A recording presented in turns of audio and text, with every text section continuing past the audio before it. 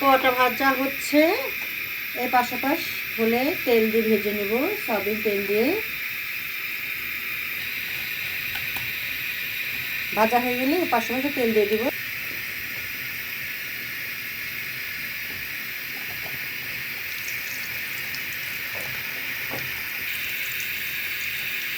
এই পাশাপাশি লাল লাল করে পোয়াটাগুলো ভেজে নেব, তাহলে খেতে ভালো লাগবে।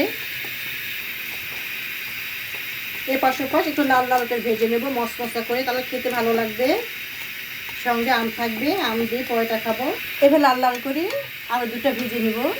একটা হয়ে গেছে, আর একটা এভাবে লাল লাল করে ভেজে নেব।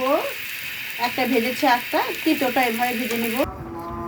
পোয়াটা বানানো হয়ে গেছে, তার সাথে আছে দুধ। দুধ খাওয়া হবে 1 কাপ দুধ। তার সাথে আছে প্রিয় আম। আম দিয়ে পোয়াটা দিয়ে খাওয়া হবে, খেতে খেতে খুবই ভালো লাগে।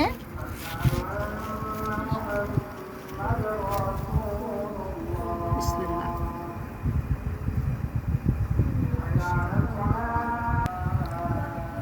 1 কাপ দুধ, সন্ধ্যার আয়োজন।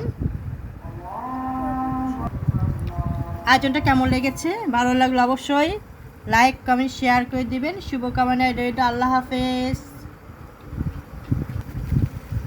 আমার খুব ভালো লাগে আম দিয়ে পোয়াটা দিয়ে খেতে, এই জন্য আমি খাই। আপনাদের কেমন লাগে জানি না, যদি আমার মতো ভালো লেগে থাকে অবশ্যই খেয়ে দেখবেন, খুবই ভালো লাগে।